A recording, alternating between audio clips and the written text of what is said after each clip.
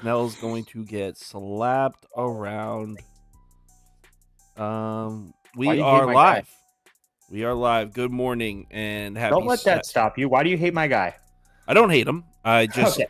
It's not about It's nothing personal. It's just about identifying a spot where the man's going to get smacked, and it's It today. sounds very personal. I'm just gonna throw that out there. Have you seen the Phillies' recent numbers against lefties? Have you seen Blake Snell against anybody? Yeah, he's skating Okay. by the skin of his Oh my nipples God. recently. The last two starts, he's been getting lucky, and it's time. So anyway, I hope you all. Actually, you know what? Check this out. I got the intro set up. Let's run the intro. Welcome to the source. The source. Source. That intro's so dope. I'm never changing. Hey, get the source. Like the way that you did it with like when you with the honest. I thing know. and stuff. You know what? I It's don't perfect. I don't do as much funny stuff as I used to. I need to start doing some more funny stuff. But anyway, good morning to all. I hope you all enjoyed your Friday night. I certainly did. I was nervous heading into last night, coming out of the All-Star break. So to finish plus 1.57 units, I was ecstatic about. Really pumped the way it finished too. I hit Astros at plus 130, Tigers at plus 160 to finish the night off. It was really just what the doctor ordered coming out of the break. So today we got 15 games, a few double headers, a couple weird spots, but there are a lot of spots I like. I'm actually betting this game right now, which is a double header. Makes no sense. I don't even know why it is. But I am going to take the Phillies in game one of this double header here. Let me put the pick up. Where's my stuff? Oh, it's right here. Okay. So I'm taking the Phillies at plus 130. Man, I love that. Phillies money line plus 130 in the first game here. Now, normally, as you know, we don't usually bet double headers, but I happen to like this one. It's Snell's time, man. It's time for Snell to be brought back down to earth.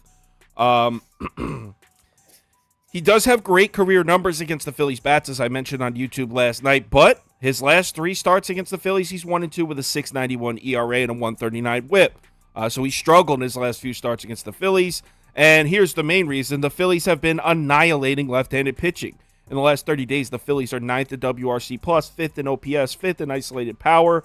The last four lefties to pitch against the Phillies, they combined to have a 9.68 ERA, 2.5 home runs per nine, a 170 WHIP. So the last four lefty starters to pitch against the Phillies have got absolutely rocked.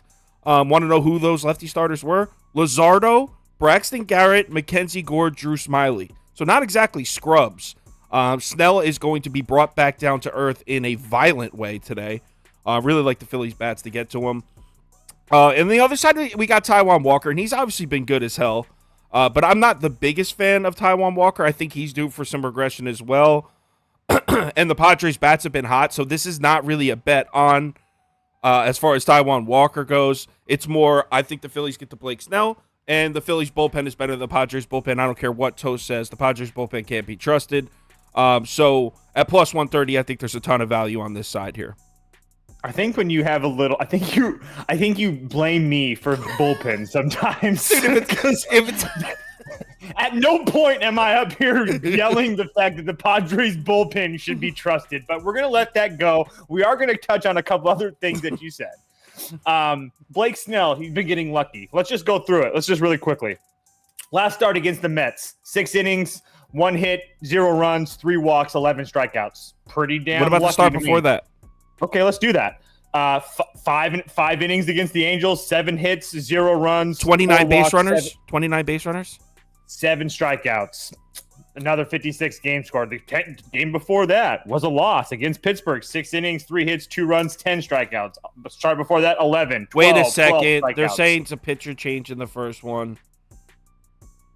It's Ranger Suarez in the first game now. See, this is why I don't bet double headers. I'm still in the Phillies at plus 130. I like Ranger Suarez. And I was gonna say. And I also, wouldn't- the Padres have flipped. Back in like early to mid-June, the Padres were hitting lefties, but now they're hitting righties. So it's probably actually makes me like my bet more, to be honest. I was just about to say that. If anything, if you're on the, I'll just put it out there. I was on the Padres' first 5 run line, and then I realized it was a doubleheader, so I kind of pumped my brakes and took it away. But if I had to play it, it'd be Padres' first 5 on the run line. But yeah, like Kyle said, the Padres lefties, they haven't been hitting as well, but they've been smashing righties. So maybe look for them in game 2, some player props or what have you. But Walker's been really good as well. This is really sad that this series is screwed up with a doubleheader, because it'd be really fun to bet this game and not have to worry about these two teams and how they're going to approach this doubleheader. So if I had to play full game, it would definitely be Phillies as well. You still can't trust that Padres bullpen right now, especially with having Hader having to go yesterday as well. Hate that. Yeah. So let's just skip this game. I mean, I'm betting the Phillies at plus 130 without a doubt, but this is why we skip these doubleheaders, because shit like this happens. If I will say really quickly though, if there was a team, knowing that now, I would definitely take the Phillies at plus 130. I think that's way too big of a price for this Phillies team right now. Agreed. That's exactly what I'm saying. Red Sox, Cubs, or pass. So let's start a poll on this one. I'm really curious where you are on this one. I'm on Boston. Okay, good. Yeah. Boston money line. I think I got it at minus 105. You can see from pie chart in the bottom corner here, sharp action all over the Bo Sox. Lines moving in the right direction though. Last night at 11 p.m. consensus line, Cubs minus 120. Now it's down to Cubs minus 110, minus 115. So it did react to the sharp money, which is nice. Let's take a look at my notes here. So I really like the spot for James Paxton. I mentioned this last night too. So if you watched last night's video, I'm not going to just run through all the same stuff, but he's got excellent numbers versus right-handed bats. He's got great splits against righties. The Cubs are probably going to have 8 righties in their lineup in this day game. So 8 righties in the Cubs lineup, and Paxton's got great numbers against right-handed bats. Add on the fact that the Cubs have been struggling to hit left-handed pitching. In the last 30 days, they're 21st in WRC+, 22nd on base percentage. I think James Paxton absolutely deals. Now, on the other side, obviously we have Marcus Stroman, and obviously he's having a great season, but his last 3 starts haven't been that great. 7.71 ERA, 171 WHIP. Now, he's got a 3.54 expected FIP, so I'm not going to overreact and be like, oh, Marcus Stroman's falling off. I'm not saying anything like that. I'm just saying, if you line up these two teams together next to each other in the first 5 with these starting pitchers, I think maybe people would think that the Cubs have the huge advantage with Stroman. But if you take into account the bats, the Red Sox started hitting again recently. Paxton in a great spot. I think the Red Sox have the advantage in the first 5 here. So I'm taking Boston. I am taking Boston, and I think the Cubs bullpen is a bit overvalued right now. I like the Cubs bullpen, but I think it's a bit overvalued. Yeah, baby, we just got to keep on drinking that dirty water, baby. It was on him last night. Going to continue to ride him today. I got him at plus 104. I don't know what it's at now, minus 105. I would still play it no matter what. I really can't say much else than what Saw said, but the fact that Stroman has been fantastic all year, there's no question about that, but he is coming back to life a little bit. The last time he saw this Red Sox team was all the way back in 2021, so not a lot to go on there, but he did pitch 5 innings, gave up 7 hits and 4 runs. But again, this Cubs offense is just someone that I really, since they've gotten back from Europe, has been an offense essentially that you cannot trust. A couple games here and there over the last 10 where they'll hit like a 7 against the Yankees randomly on a Sunday, but besides that, they had scored 6 runs the rest of the series. So I really don't worry about the the Cubs bats. And James Paxton has been essentially fantastic for Boston, if not one of the best pickups they've had. I understand Oakland isn't really anything to go off about, but at Toronto, at the White Sox, at Minnesota, at Cleveland, all pitching pretty well with 60 game scores or higher. So I trust Paxton, and those Boston bats are here to stay. Tristan Casas is on fire right now. Yoshida's on fire. We saw Devers go yard yesterday. This Boston offense has definitely seemed to turn a corner the last couple of games. 8, 4, 10, 7, 10 runs. I trust the Boston bats, and Chicago should not be favored in this game. I don't think. This is just the wrong team favorite in my opinion. Yeah, I wouldn't say it's terribly far off, but I would agree that I think Boston should be minus 115, minus 120 here on the road. So I'm in place with you there. I think if they did that, though, Stroman at plus 100 at home would probably draw 90% of the action. So they're just trying to keep it balanced, in my opinion. So let's move on to the next one. So look, I know that you look at this matchup and at a first glance, you know what? Let me run a poll on this one. This is a good game, good Pitching change too. In this one too? Isn't it Bassett now? It was Bassett, then they switched it. I thought they're oh my god. Okay, maybe I'm backwards. I could be No, backwards. it is I'm Bassett. sorry. Okay, there we go. Shit, I put 0.75 units on this too. Oh no, I'm sticking with it. Because I mean, my angle is I think Toronto gets to Zach Allen. And Bassett's a beast at home. I liked it a lot more with Gausman. I was wondering why. Why do you like it? I'm curious, you guys, with Gausman knowing that he can't win at home. Well, he can't. But it's not that he can't win at home. Toronto doesn't give him run support at home, which I don't really think those two. I don't think that shit's. No, but at 17-1 or whatever it is, you have to pay attention. Yeah. Well, no. It's the run line against him. Right. Yeah. Well, I wasn't going to lay the 1.5. I was going to play the money line. So he does win at home. It's just the away team against him when he's a home favorite covers the plus 1.5. But either way, that was a prop either trend. I don't know how much I buy into that. So I'm Blue Jays in this one. Let's run a poll.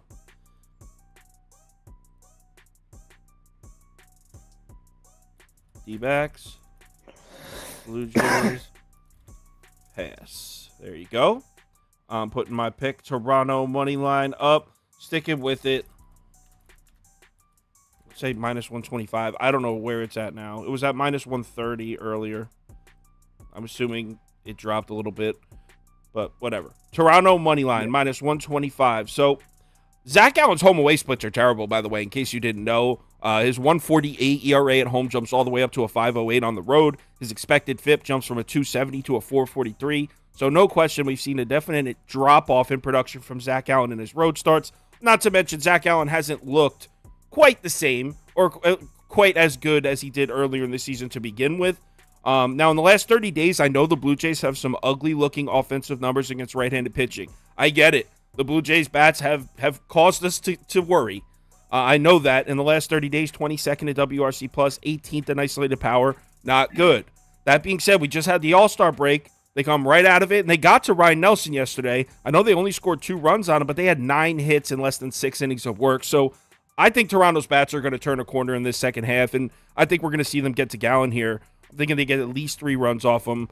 Now, my notes here are written for Kevin Gausman, of course, because I did this late last night. But either way, I did notes on Bassett making a home start 2 nights ago because he was supposed to start on Friday, and those same notes apply from the notes from Friday. So Bassett at home, outstanding numbers. D-backs against righties have been terrible. I mean, I could straight up say terrible. They've been really bad, like bottom 6, 7 in the league. D-backs really struggling to get their offense going again. So yeah, I'm going Toronto at this price, even with Bassett on the mound. Yeah, this would end up being a pass. I played Arizona last night at plus 130. So at plus 100 for me, it's not nearly the same value for me. So it's Arizona or pass for me. I really can't play on this number. Just really quickly though, I understand that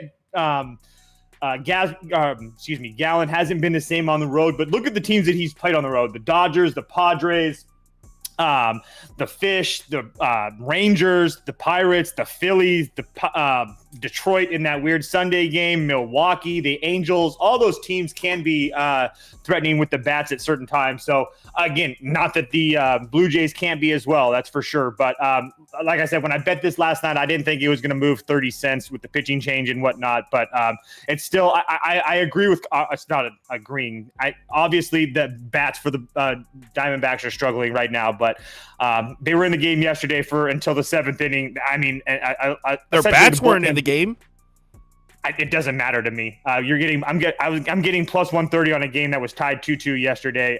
You could say this can be said for the Toronto. I mean, their bats, for whatever they did, they couldn't score with runners in scoring position. So yeah, it is what it is. I'll take my chances at plus 130. But like I said, that number's gone now. Yeah, definitely on Toronto here. I mean, I don't trust the Arizona lineup at all.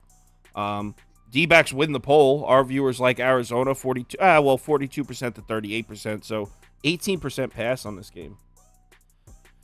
Cleveland at Texas. I mean, I said last night on YouTube, how do I not go right back to the over? I cashed the over 8.5 last night. It's at 9. I'm going right back to it. One sec. So over 9.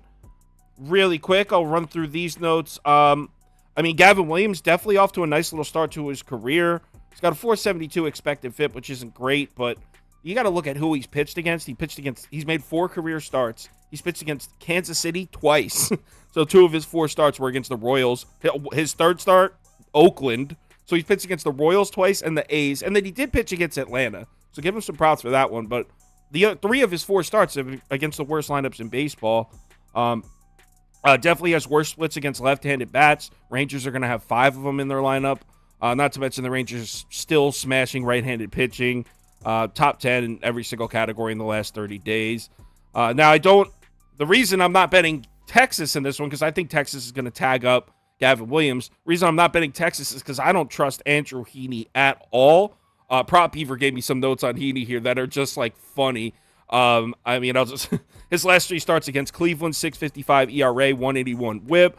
His last 7 starts this season since June, 6.39 ERA, 168 WHIP, 45.1% hard hit rate. I'm just not seeing any reason to back Andrew Heaney here. So I'm not going to do it with Cleveland, but I think the over 9 is my best bet here. So I'm going right back to Cleveland. I cashed them in the first 5 yesterday, gave a little bit back in that full game with the bullpen meltdown, but I'm back on Cleveland here. Only in the first 5. Cleveland first 5. Sorry, excuse me. I understand that Gavin Williams has pitched against weaker lineups, but I just think that the price with Heaney and what we've seen, obviously you just detailed how bad Heaney has been.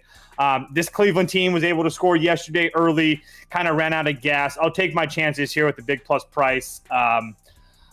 Again, it's just more of a fate of Andrew Heaney. I was thinking about playing a team total more or less, but Cleveland's at like 3.5 at like minus 135, 140 range. I was hoping to get it in that like 120 range. So maybe first 5, but I haven't really looked at that for the team total. But I just want to stay with Cleveland in this first 5. Yeah, I won't bet Texas at that price with Andrew Heaney on the mound, but all right, let's move on to the next one. Marlins at Orioles. Let's get a poll running. Marlins, Orioles. This is my bet of the day last night. It's Baltimore. Fading them today, though. I'm on the fish. Marlins. Money line, plus 102 on FanDuel. That was the best line available about an hour ago. So I'm assuming the best line available is still somewhere in that range. I am definitely on the fish. Love Braxton Garrett, although I will admit he hasn't looked quite as good in his last 2 starts.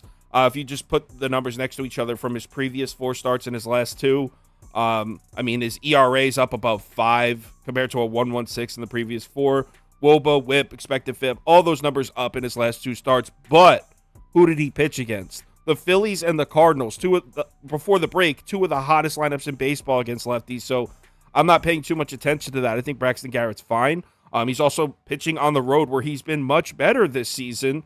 If you look at his home away splits, he's got a 2.14 ERA on the road, a 5.28 at home.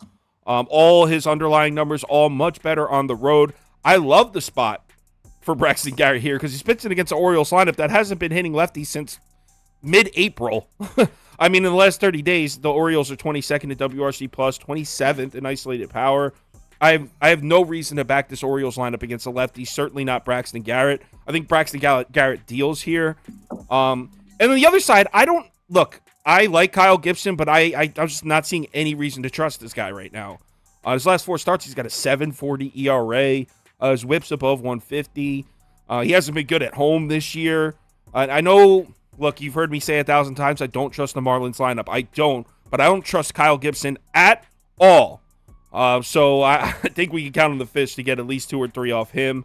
And then bullpen-wise, I got to give the edge to the Marlins as well. I know I don't entirely trust the Marlins bullpen, but the numbers don't lie.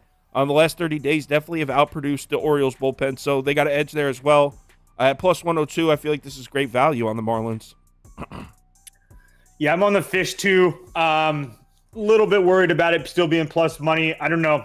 Yesterday sucked. I was on the fish yesterday. That bullpen blow up just kind of killed me. The bullpen, I thought Sandy gave up the homers to lose it. Well, it was 3-2. Oh, right. Because they gave up 2 more at the end. Right. I was thinking of when they took the. Yeah. You're right. But I mean, it was a really good game. Sandy pitched as well as I needed him to be. If he would have told me he would have given up 3 runs, I would have taken that all day long. But just a little bit of context, as I get this a lot sometimes. Kyle talked about the FIP numbers and stuff like that. Let's just break it down to game level. Those last 2 starts against Phillies, Braxton Garrett went 5 innings. He gave up 3 runs. Like, that's essentially what he did, which looks bad compared to what he's been doing the rest of the season, where he's been going 5, 6, 7 innings, giving up 1, maybe 2 runs. So the numbers look bad, but he's still pitching extremely well. Way better than league average. Does it worry me how hot Baltimore has been? Absolutely. 7-3 their last 10, 12-8 their last 20. Not against lefties, though. But they've been struggling against lefties, especially compared to against right-handed pitching, and they've seen a lot of right-handed pitching the last couple of weeks. So I'll take my chances with this Fish team that's been able to figure out how to win games all year long. They really aren't losing series a lot. So losing last night, I expect a full effort from them tonight. So at plus money, I got to do it. Yep. And hold on, let's try it. Hammerhead Law. I don't even know if they heard it, if they heard my voiceover of that. Let's go to the next game. All right. Next game is Giants at Pirates. Let's end the poll. Community agrees with us. 57% of our viewers on the Marlins, 34% on Baltimore, 9% pass, just 9%. So everyone's betting that game. This is a huge pass for me. So I felt so lucky cashing my Pirates or my Giants ticket last night. I want nothing to do with this. I had under 9. Somehow they scored 10 runs in that game. All right, let's move on to the next one. Twins at A's. Oh, 2 back-to-back passes for me.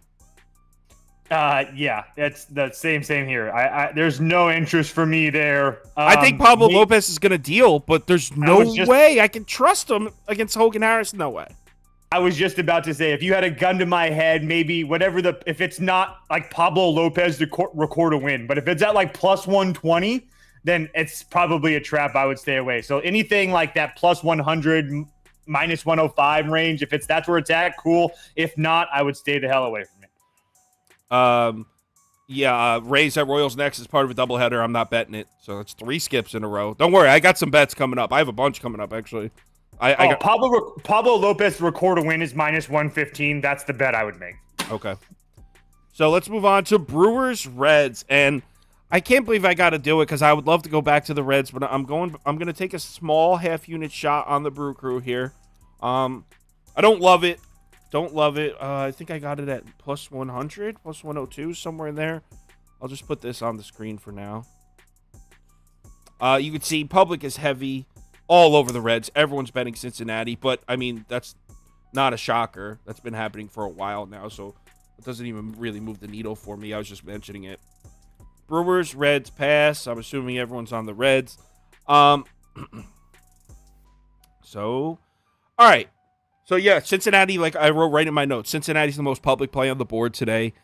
We just saw this Brewers lineup crush Abbott in his last start. Sure, kid's been better at home, but I just don't see enough to think that the Brewers won't hit him up again. Want to know you want to know where the Milwaukee Brewers lineup ranks against left-handed pitching in the last 30 days? 5th. Milwaukee's been smacking lefties around for about a month now. So I just don't have much hope for Abbott here. Now, Freddie Peralta hasn't been great, but he hasn't been getting lit up recently like he was back in May. Back in May, it was like really bad. Like he was going to need to go down to the minor leagues bad. But that has not been the case recently. His last 4 starts were all decent. Not great, but decent. Those games were at Pittsburgh. Okay. Good. He pitched well at Pittsburgh. I'm not giving him a medal for that. But at Cleveland, at Toronto, and at Tampa, he put up quality starts in all 3. Game score around 50 or higher. So Freddie Peralta definitely pitching at a higher level than he was back in May. If he's able to keep the Rays offense and the Blue Jays offense and the Guardians offense, if he's able to hold them back a little bit on the road, I think he can do the same to this Reds lineup in Cincinnati as well. It's also nice to know that Freddie Peralta has not had problems coming into Great American Ballpark recently. In his last 4 trips to Cincinnati, Peralta's got a 2.20 ERA, FIP and expected FIP both in the mid-3s, a 1.16 WHIP. So he's pitched fine in this ballpark. I think this is a great value play on the Brewers. I think this would be closer to a pick 'em. Maybe even if I was pricing this, I would probably have Brewers at minus 115 favorites. It's the Reds. Reds first 5 on the run line, Reds money line. This is kind of like my last ditch effort. I'm not going to be playing the Reds every single day if they take another loss here, especially against the Brewers. I will say the lefties that the Brewers have been seeing aren't really like the who's who of lefties. You're talking about Mr. Abbott, who they just saw crushed. Justin Steele's good, but Smiley, Rich Hill, David Peterson, and then Rich Hill again, JP Sears, Mole. I mean, it's not like they're seeing the who's who of left-handed pitching, to say the least. So I still want to see the Brewers to do it. It does scare me, the fact that they just hit Abbott up a little bit. So this is kind of a little bit of a trust with him. But I don't put a ton of stock into what Freddie Peralta has done in his past in Great America Ballpark, just because he hasn't seen a lineup like this Reds team at all. So if the Reds get shut out again, or that offense sputters as it did yesterday, then we'll probably be getting off this Reds train, especially at these prices. This prices is kind of, I 100% agree with Sauce. This is a little bit overpriced, especially even though the Reds have been playing so well. One more bet on the Reds. Let's see where we're at, and we'll go from there. Yeah, and another thing, now I don't love this game enough to argue here. But another thing that sketches me out a little bit is all the action coming in on the Reds. Line hasn't moved an inch. It was Cincinnati minus 120 last night, and Cincinnati minus 120 right now, consensus. So books don't seem scared to play against all that Cincinnati action. But you know what? They've taken that position several times over the last month and lost. So when it comes to some teams that just get hot, sometimes the books just keep getting beat. That being said, the Reds have lost 3 of the last 4 now. So we're approaching a time where it's like, all right, so maybe we stop blind, like he said. That's why I made it clear to say that if they lose here today, you can't be betting them every day again. Right. It's just gotten to the point where. Well, shocker, our community's all over the Reds. We got, hold on. Yeah, they're sharps. Where the hell is it? It's about 50. For some reason, the poll results aren't popping up here, but it's about 58% on Cincinnati. There it is. 65% on Cincinnati, 22% on Milwaukee, 12% pass. I will honestly say, guys, if I didn't have a love affair with this Reds team, I would be on the Brewers with Sauce. Yeah. But they've done me so long this year that I got to keep on doing it just a little bit longer. Next, I think Toast is a bet on this one, so I'm going to let him talk. This is an ultimate pass for me. It feels like a coin flip. I'll be watching and rooting Mets as a Mets fan, but I don't trust. I would say Dodgers. You know what? Let me write down Dodgers or pass, but it's a pass. I don't trust Tony Gonsolin right now. I don't trust KODAI Senga right now. And I don't trust the Mets bullpen. So the only units I do trust would be the Mets bats, the Dodgers bats, and the Dodgers bullpen, which gives them the slight edge. But yeah, I don't want to touch this. Yeah, I sent this out last night. It sucks. This line's completely moved. I had Mets first 5 plus 100. It's at minus 120 now. Oh, shit. Yeah, so I'm playing the Mets. I'd play the Mets at minus 115 if you had to, or I played the Mets at minus 115. I do trust KODAI Senga. I understand that he has been lackluster at times, to say the least. 3 of his last 4 starts, they've rather lost, or he's got a no decision. But at the same time, he's really not pitching horrible. On the road at Arizona, went 8 innings. He gets a run. He gets a win. Against Milwaukee at home, 5 innings, only gives up 2 runs. I think that was in the first inning as well. On the road at Philadelphia, 5 1/3 innings, 4 runs. St. Louis, 4 runs. At Pittsburgh, 1 run. At against Philadelphia, 0. So there's a lot of good and bad. I just think that you're getting this Dodgers team that obviously is very good, and they're on a roll right now, but against Pittsburgh and against LA, that doesn't really move the needle for me. And Tony Gonsolin has not shown me once this year. I guess the one time against the White Sox. Do we really pay attention to something like that? Because that's the only time he's pitched well. 7 runs against the Giants, 4 runs against the Astros, 4 runs against the Royals, another 4 runs against the Angels. And it's not like he's going deep into the game. 6 2/3 against the Angels was his longest outing of the year. So not that I love the Mets bullpen either, but at the same time, the Dodgers bullpen can be got at the same time. So it's just one more play on this Mets team. they're another one where it's just like, if they can't figure it out here in this first week, I'm going to be probably fading them a lot. But I do like KODAI Senga. He's one of the guys that I do like to bet on. So I'm going to take my chances here with him, and hopefully to God, the Mets bats come alive, because it's been hard to watch. Yeah, it seems like there's a lot of passes here in the poll. 21% voted pass, 42% Dodgers, 35% Mets. So community slightly leaning Dodgers, but not really by much. Let's move on to the next one. It's one of the doubleheaders. Nats Cards, don't care. I wanted to bet the Nats here so bad too. Yeah, it would be Nats or pass for me too. I mean, I might still, if they were, I would have to check. You know what? It's worth checking. Let's check. I said on YouTube, is Steven Matz still pitching this game? Yeah, but it's down to plus 162. Last night, it was like 200 plus 205. And I said on YouTube that I would bet the Portland Sea Dogs at plus 205 against Steven Matz. So plus 162. Maybe I throw a few dollars on the Nats in that second game, but I don't really care. Quickly, just one thing to just kind of pay attention to if you are betting baseball every day. So yesterday, Jahmyr Candelario, which is one of a decent bat for the Nats, he got pulled after his first plate appearance. I don't know what the reason was, but you will start seeing that with guys starting to talk about being traded or whatnot. Again, I'm not trying to say pay attention to that or pay attention for every single handicap, but just be aware of that. Guys or teams that are trading guys, that could be an issue at times. So just keep an eye on that going forward. Yep. And okay, so this one I'm betting the White Sox money line, but I mean I feel like it's tough to explain how this works. Isn't that against the rules on this channel? Well, I've been betting the shit out of the Braves, so it's not like I've been fading it. But when I say I'm betting the White Sox money line, that means if this game gets played 10 times, I think the White Sox will win 3 of them, which will put me in the positive. I'm not even going to attempt to try to explain that. Most people don't understand numbers, but I'm taking a shot. Boggles my mind. I'm taking a shot. Lance Lynn on the road as an underdog has done well for me in the last few years. Usually the starts where everyone's like, Lynn's going to get rocked. This is going to be crazy. That's when he actually shows up. Not saying he's going to shut the Braves down. It's crazy. There's not many numbers that point towards the White Sox win here. At plus 245, I'm just taking a shot. I'll put it on the ticket for a half unit. Trust me, I'm not going to sit here or argue with anybody who's betting the Braves. I get it. I just personally am taking a shot here. Yeah, it'd be White Sox or pass for me. I kind of wanted to play their team total, but I didn't get a chance to really look at it, what they've done. Actually, I'm pulling it up right now. White Sox team total over 2.5 at minus 130. Just way too small of a number for me against Spencer Strider that we've seen be lackluster at times. He's fantastic. The Braves are okay, but 2.5 is just a little bit too small with that weak bullpen. So White Sox team total over 2.5 minus 130 would be my play. That's not bad.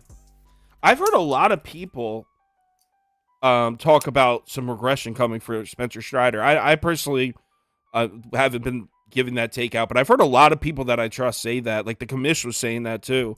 Yeah, well, here's the thing, and this is going to come off as Braves hater from me, but this is his first full year pitching. Like, obviously, he pitched last year, whatever, but this is his full start of the season starter, into the season starter, working his way all the way through that. There could be a little bit of regression in the second half there with him, and that's not even taking shots at him. That's just any pitcher pitching in the major leagues, his first full year as a starter, that's going to happen. That's part of the reason why I don't love the Braves in the playoffs, because your number one starter is going to be going through his first full year as a starter, and you have a mid bullpen. You're not winning the World Series.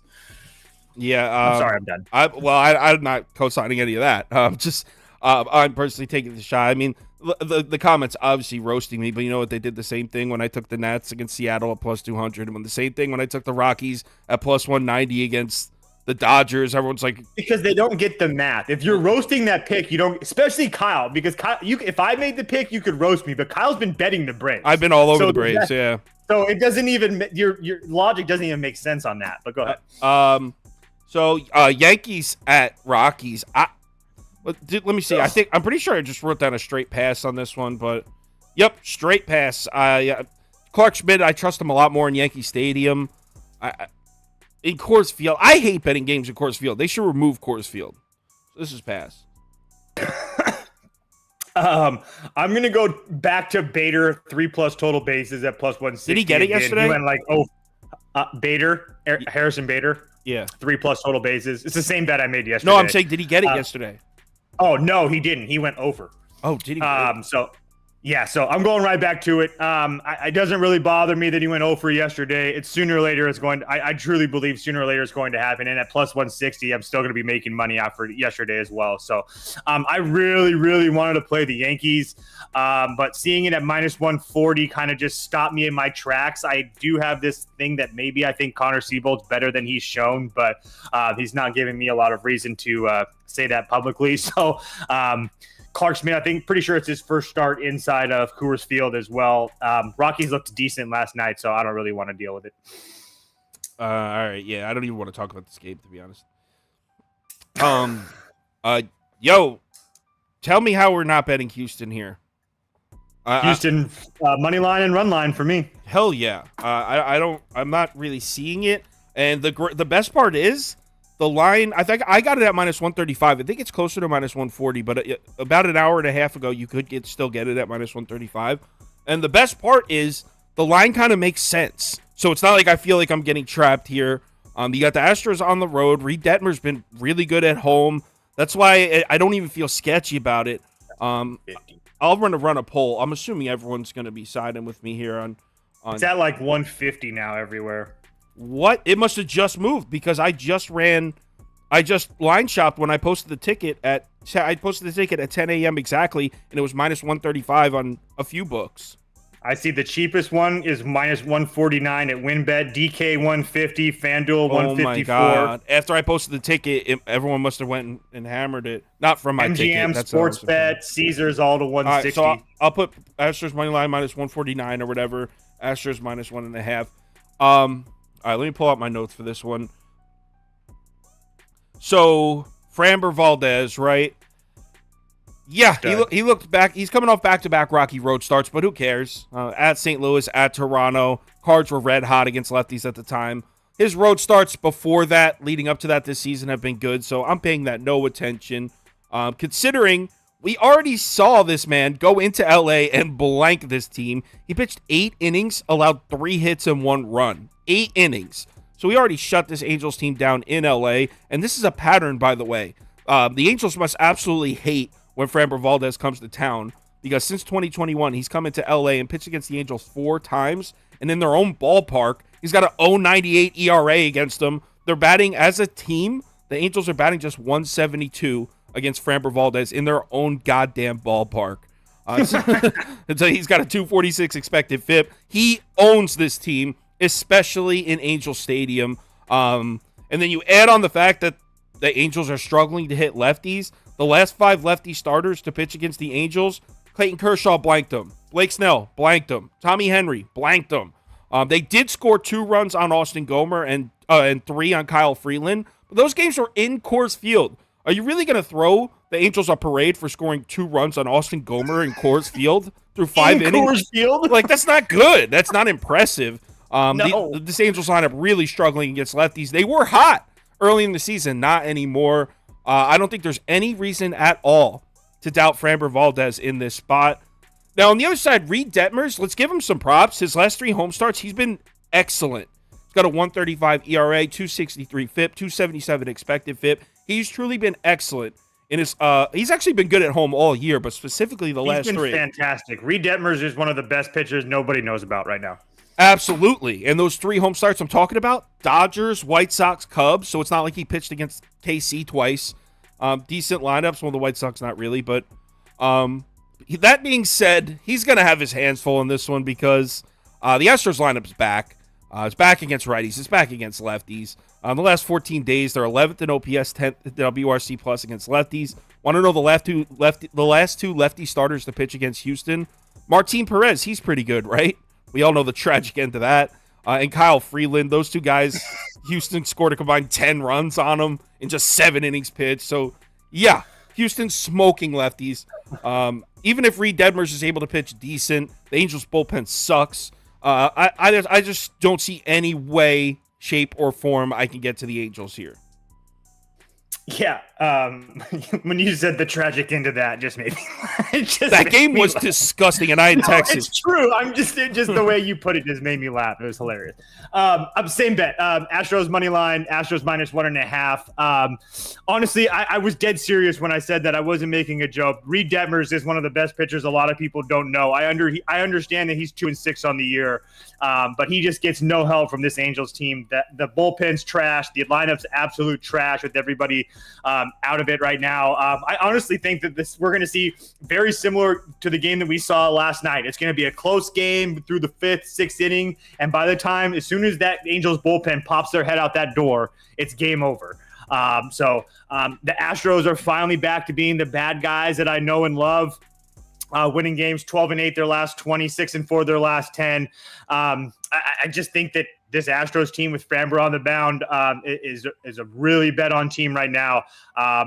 They're fighting Seattle. That whole division is going to be an absolute dogfight with them in Seattle right now. And I think that this is where they kind of just knock the Angels down to where they should be. So, it's just really hard not to bet the Astros here. Someone asked, why would lines and casinos go up across the board? What if a specific book gets Angels money? Aren't books separate entities? Yes, but they have to protect themselves against arbitrage.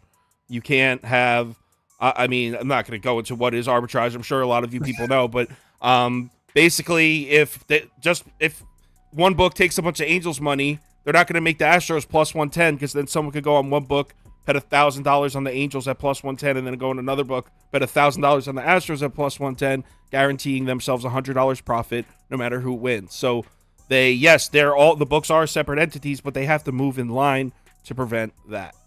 All right, let's move on to the next one.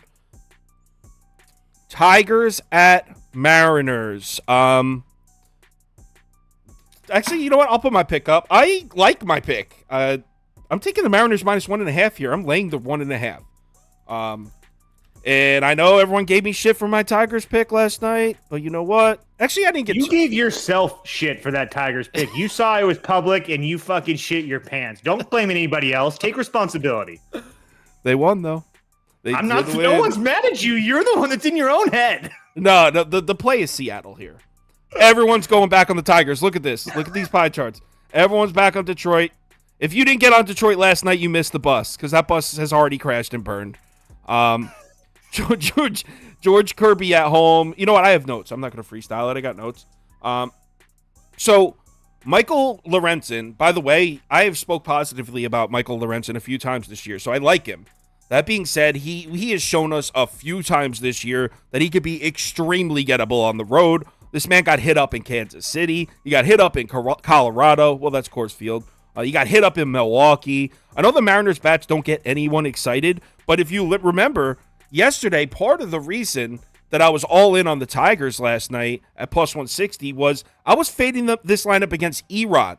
He's got insanely good splits against left-handed bats, and I know the Mariners don't have a ton of lefties, but Crawford and Kelenic, two of their main pieces are lefties. So my logic was those two guys neutralized and Julio Rodriguez coming off the home run derby, I think Erod pitches a great game. That was my thinking in fading the Mariners lineup.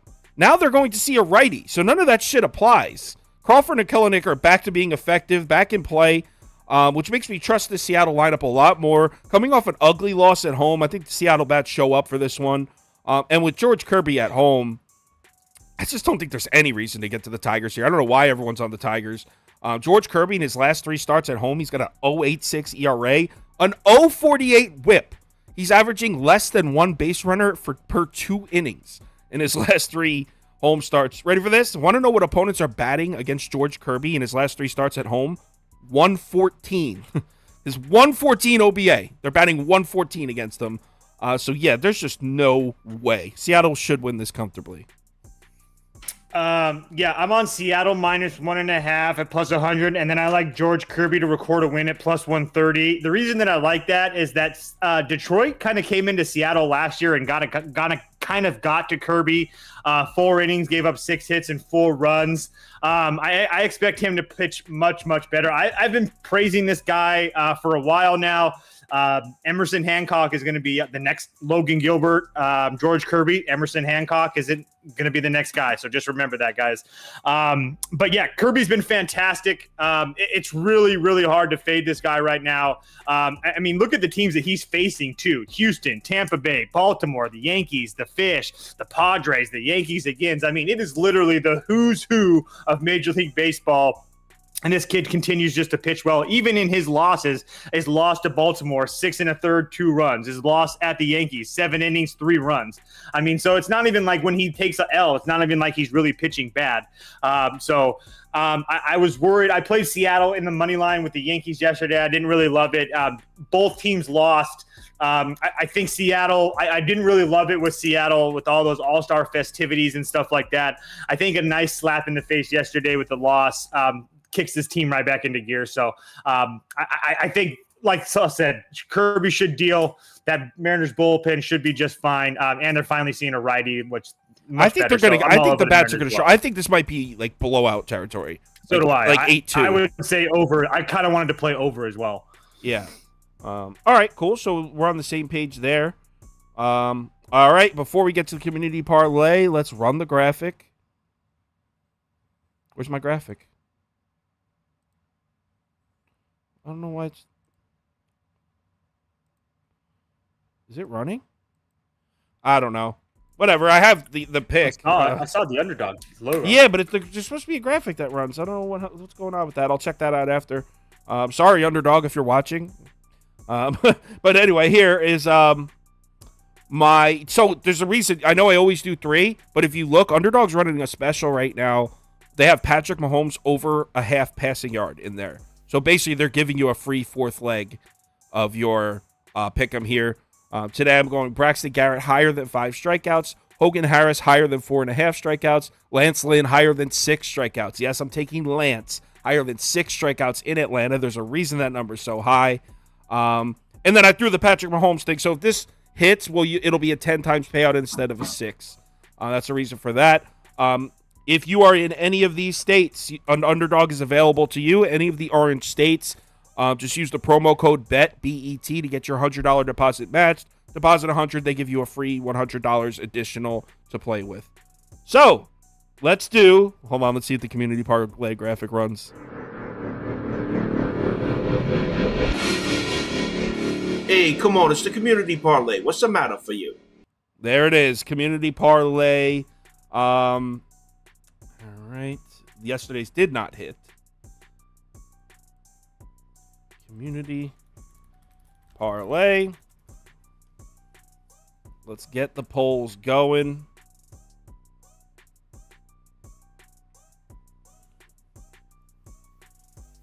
First leg.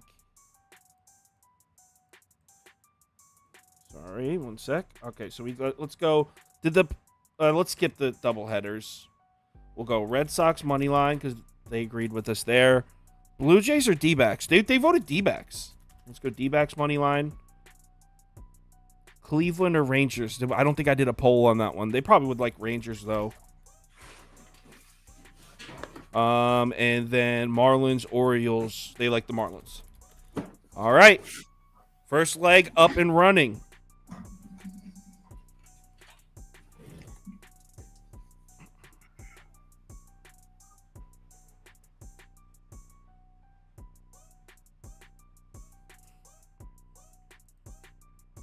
Looks like the Red Sox are dominating this one.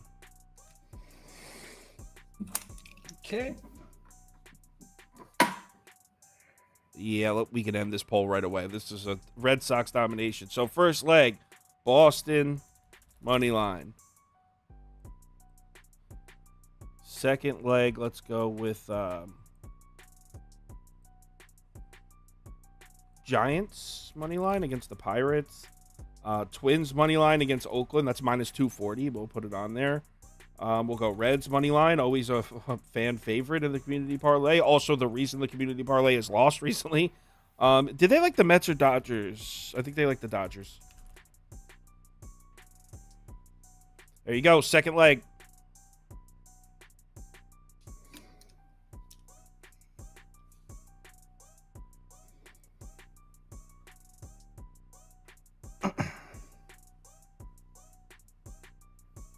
Oh, what do you know? Reds off to an early lead. Oh, never mind. Here come the Giants in there.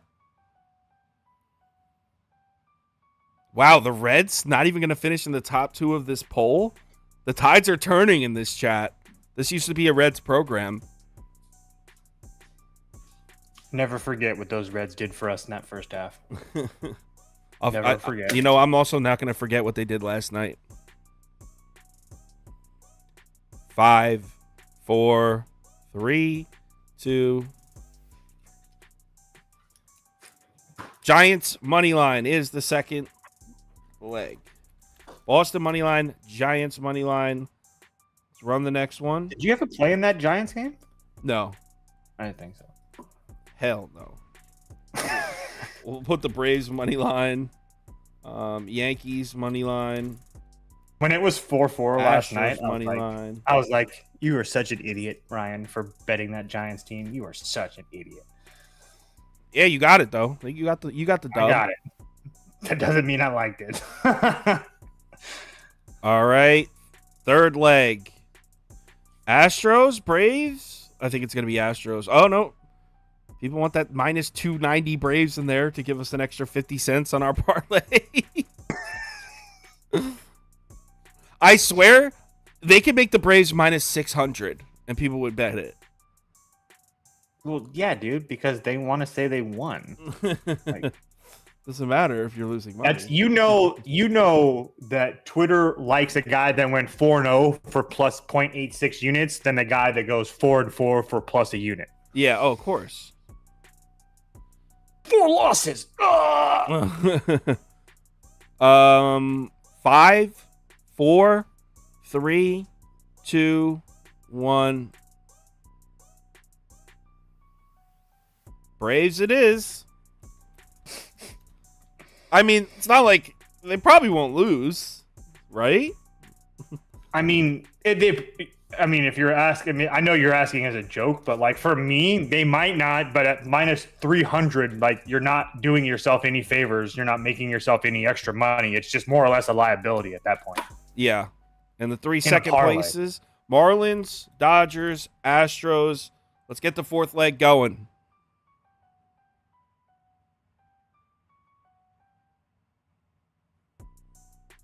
Red Sox.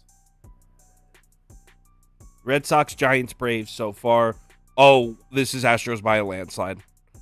All right, Houston's the last leg. I'll end that poll quick. 554. Plus 554. Or 44. 544. Sorry. 544. Community parlay today. Whoa, what did I just do? Community parlay. God damn it. Shrink. There you go. Community parlay today. Boston money line, Giants money line, Braves money line, Astros money line, plus 544. A lot of baseball on today. Also, there's a UFC ticket I'm going to be tailing. MMA Degenerates due for a heater. He's had a couple bad cards in a row, and you know he doesn't stay down for long. Also, MLS tonight. I don't know if you guys have heard, but look, I'm not a soccer guy or anything, but MLS new scheduling. They have 15 games on Saturday night, and there's a red zone channel. There's an MLS red zone channel. It's called MLS 360, and I have a soccer guy, so I'll just tail his bets and put that shit on one of the TVs. I'm actually into it. So I'll be betting MLS tonight. We'll be talking about it in the private chat. A lot of action out there. Remember to bet responsibly. Let's go White Sox. Everyone, have yourselves a nice day. I'll be back tomorrow at 11 a.m. It's Sunday, so Toast may be with me. Toast, just send me a text if you want to join. Yeah, if you don't have anybody else, I'll be here. I'm not going to leave you. I can't remember. I got to go through my DMs. I need to set up like a scheduling thing where I could send it and people can pick which days they want to come on. Because like I DM somebody like, hey man, you want to come on? And they'll be like, yeah, I'll come on Wednesday. And then I fucking forget. All right. Every day, everyone enjoy your Saturday. I'll see you tomorrow morning, 11 a.m.